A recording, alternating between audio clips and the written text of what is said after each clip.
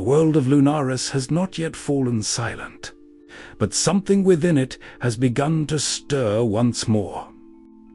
1,000 years ago, the world was nearly consumed by a force no one could escape, a mist that did not kill, but slowly turned all it touched to stone.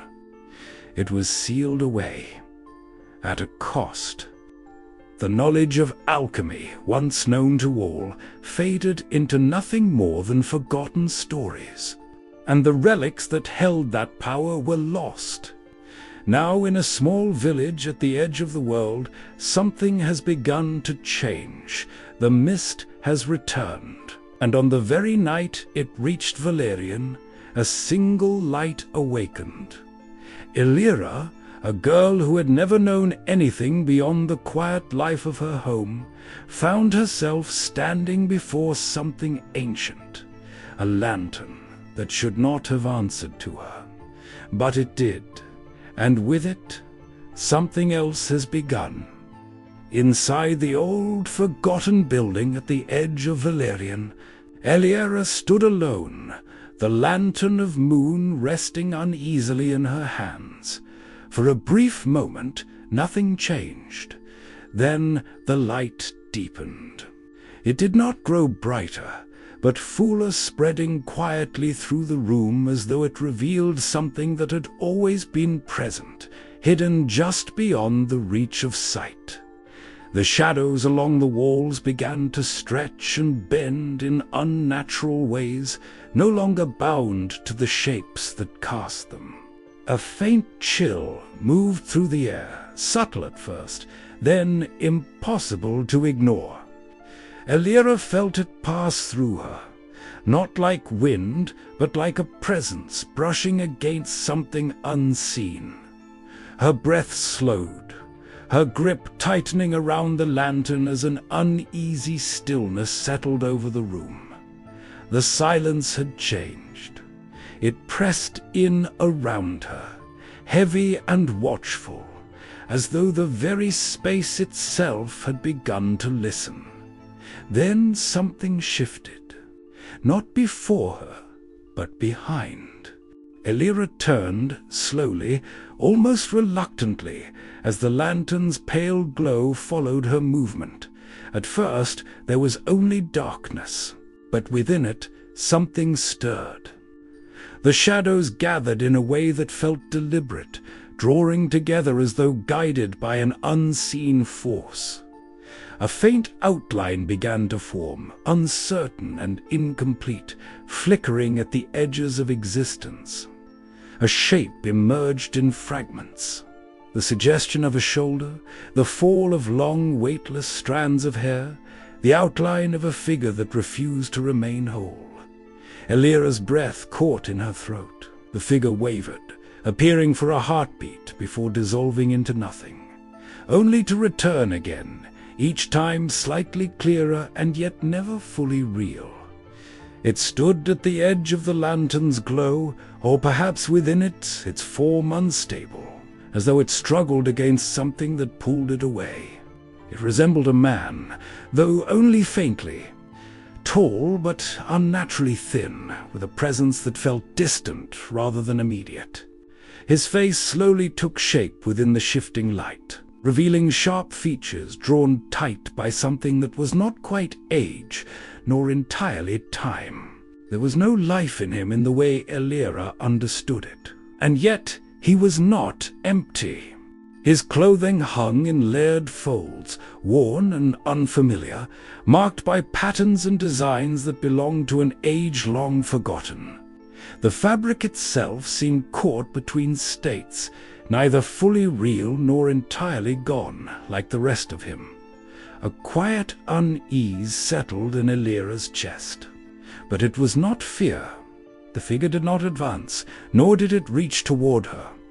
It simply remained where it was, flickering in and out of presence, as though holding itself together required more effort than it could sustain. The lantern pulsed softly. With each faint surge of light, the figure steadied for a moment longer than before. Then, slowly, it lifted its head. Its gaze, dim and unfocused at first, found its way toward her. And in that gaze, there was something unmistakable: awareness, recognition. When it spoke, its voice did not seem to come from the space between them, but from somewhere far beyond it, carried across distance rather than air. So it has begun.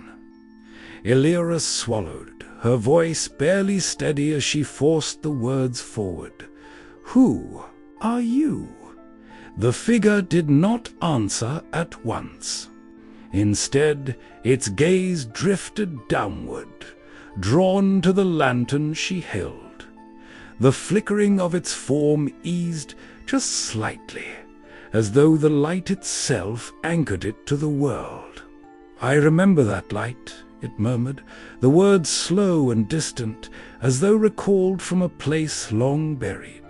For a moment, it seemed as though it might fade entirely, but it remained. "My name," it began, its voice thinning as its form wavered once more, "is Valerion." The name lingered in the air between them. Elira did not recognize it, and yet it carried a weight she could not explain. "I don't understand," she said, shaking her head slightly as confusion overtook the last of her fear. "What is happening? What are you?" The figure regarded her in silence for a moment, as though measuring something unseen. "What you see," Arkan replied at last, "is what remains." His form flickered again, less stable now, a fragment of a life that has already ended, held together by forces you do not yet understand. Elira's eyes shifted to the lantern. What is it?" she asked, her voice quieter now, steadier despite the uncertainty. Arkan followed her gaze. "The last light of a forgotten art," he said. He moved closer, not with steps, but with a slow, drifting motion that barely disturbed the air. The lantern's glow responded to his presence, deepening, as though recognizing something within him. "Long before your time," he continued, "this world was not as it is now. There were those who understood the hidden structure beneath all things, who could shape it, bind it, and give it form." Elira listened, unmoving. "They called it alchemy," Arkan said, his voice gaining a faint strength, as though speaking of it allowed him to endure a little longer. "Not magic, as your people would name it now, but knowledge. A way of seeing what lies beneath the surface of the world and altering it." The lantern pulsed faintly in her hands. "That knowledge was not lost," he added quietly, "it was forgotten." His gaze returned to her, "and yet it has not left entirely." Elira shook her head again. "I've never learned anything like that. I don't know how to do any of this." "You were never meant to learn it," Arkan replied. "It is not something that is taught." His voice lowered. "It is something that remains." The words settled uneasily within her. Before she could respond, another thought forced its way forward. "The mist," she said quickly. "It's spreading. People are getting sick. Something is happening to them." At the mention of it, Arkan's form faltered sharply. "The mist," he repeated, and for the first time something like urgency entered his fading voice. "It should not be here." Elira's grip tightened around the lantern. "What do you mean, should not? It's already here. People are collapsing." "They are not dying," Arkan said, cutting gently through her words. "They are being bound." The room seemed to grow colder. "Bound," Elira echoed, "to the same force that was once sealed away." His gaze drifted past her, as though he saw something far beyond the walls of the building. "The one who created it has begun to stir." Elira felt a chill settle deeper within her. "Who?" Arkan's voice lowered. "The Veiled Alchemist." The name carried a weight that pressed into the silence. "You do not remember him," Arkan continued. "No one does. But what he created remains, waiting for the moment it could return." Elira looked down at the lantern once more. "Can this stop it?" Arkan was silent for a moment. Then he spoke, more softly than before. "It does not destroy. It reveals." The lantern's light shifted in her hands, deepening again. "Under the light of the moon," he continued, "it shows what the world has hidden. Paths long lost, places sealed away, and truths buried beneath what you see." Elira's breath slowed. "And the people?" she asked. "The ones turning to stone?" Arkan's voice softened. "It will show what remains of them." A fragile, uncertain hope flickered within her chest. Before she could speak again, Arkan's form wavered violently, the edges of his shape dissolving into the surrounding shadows. "There is not much time," he said. "The seal is weakening faster than it should." He looked at her fully now, whatever remained of his presence focusing entirely on her. "You cannot remain here." Elira hesitated. "What am I supposed to do?" Arkan raised his hand, though it barely held its form. "Beyond this village, to the east, where the land breaks and stone overtakes the fields, there lies a place hidden from sight." His voice grew faint. "One of the 5 remains there." Elira's eyes widened slightly. 5? But Arkan was already fading. "The relics must not be left to the mist," he said, his voice thinning into a distant echo. "Go, before it spreads further." His form fractured into light and shadow, slipping away piece by piece. Elira. The sound of her name lingered for a brief moment longer. Then it too was gone. Only the lantern remained, still glowing softly in her hands. For several long moments, Elira remained where she stood. The space where Arkan had lingered felt unnaturally hollow, as though something unseen had been torn away from the room, leaving behind a silence that pressed in from every direction. The lantern rested in her hands, its pale glow steady, unchanged by what had just passed. Yet the world beyond it no longer felt the same. Somewhere outside, a sound broke through the stillness. It began faintly, barely more than a distant murmur carried on the night air, but it did not remain that way for long. Voices rose, one after another, uneven and strained, until they sharpened into something unmistakable. Panic. Elira turned toward the doorway, her breath slowing as a quiet dread settled within her chest.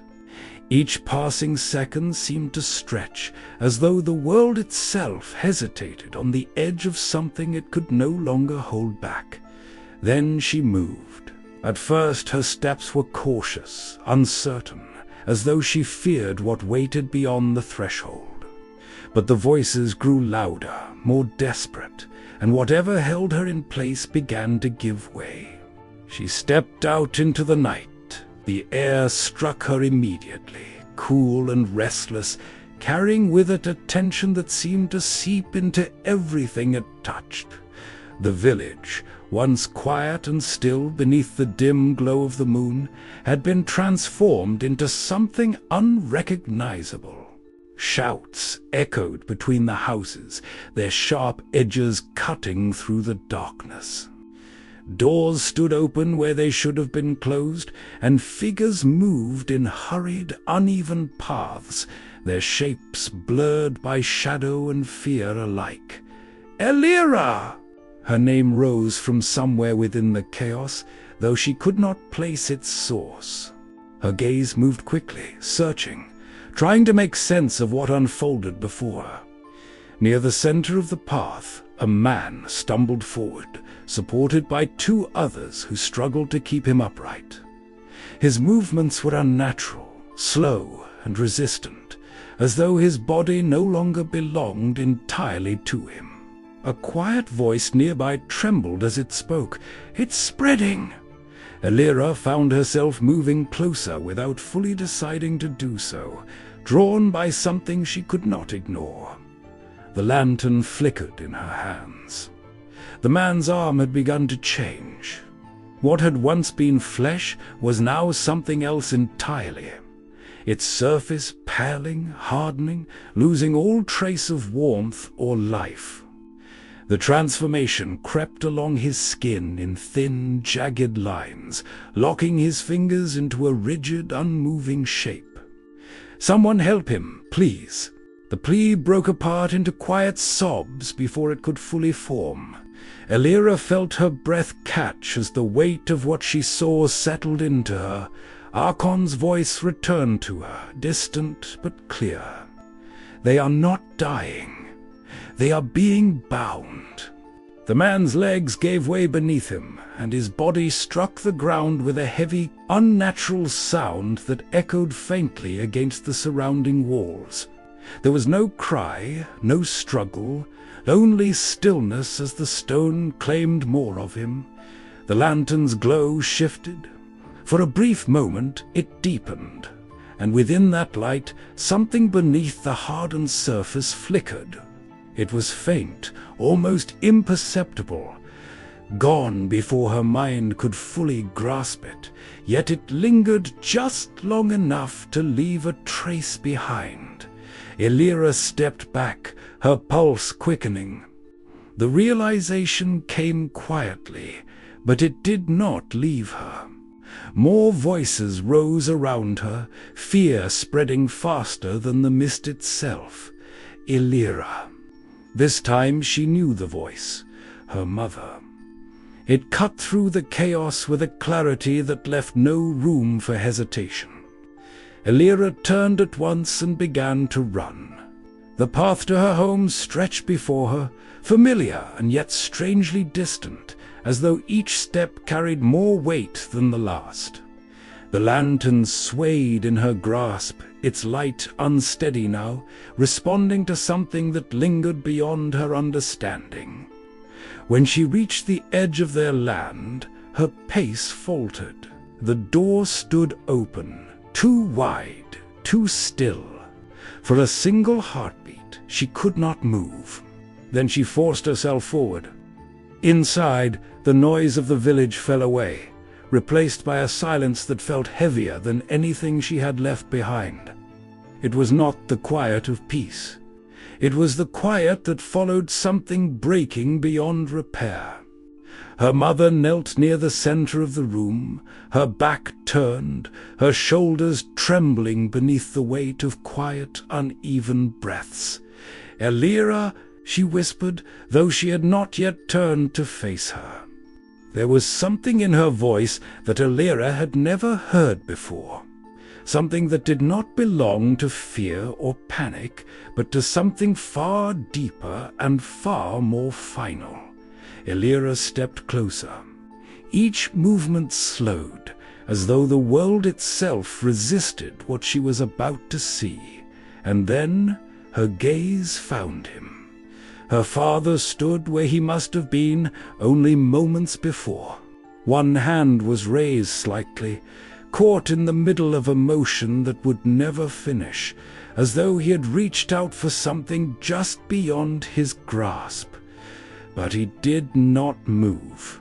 He could not. Stone had claimed him entirely, not jagged or broken, but smooth and pale, preserving every detail with a terrible precision. The lines of his face remained untouched, the shape of his hands unchanged. Even the faint suggestion of breath held in a moment that would never pass. Elira stopped where she stood. The world around her seemed to narrow, sound fading into something distant and hollow, leaving only the quiet presence of what remained before her. "No," she said, though the word carried little strength. Behind her, her mother's shoulders shook as she lowered her head. "He didn't have time," she whispered, her voice breaking softly. "It just took him." Elira stepped forward, the lantern trembling slightly in her hands. She reached out, her fingers brushing against the cold surface. The stone was unyielding, and yet it did not feel entirely empty. The lantern's glow deepened. For a brief moment, something stirred beneath the surface, a faint flicker, subtle but undeniable. Elira's breath caught again, though this time it was not fear that held it. It was something far more fragile: hope. She did not speak. She did not move away. She simply stood there, her hand resting against the unmoving form. The lantern casting its quiet light across the room as the distant cries of the village rose and fell beyond the walls. Slowly, she lowered her hand. Her gaze lingered on her father for a moment longer before shifting to the lantern. Its glow had steadied once more, unwavering. She tightened her grip around it, the weight of it no longer unfamiliar. Something within her began to settle. Not peace and not acceptance, but something firmer, something that would not break beneath what lay ahead. If there was a way to bring him back, even now, if there was any truth to what she had seen within the stone, then she would find it, no matter how far she had to walk, no matter what waited beyond the mist. And as the mist continued to spread beyond the village, silent and unrelenting, Elira did not turn away from it. She stepped toward it,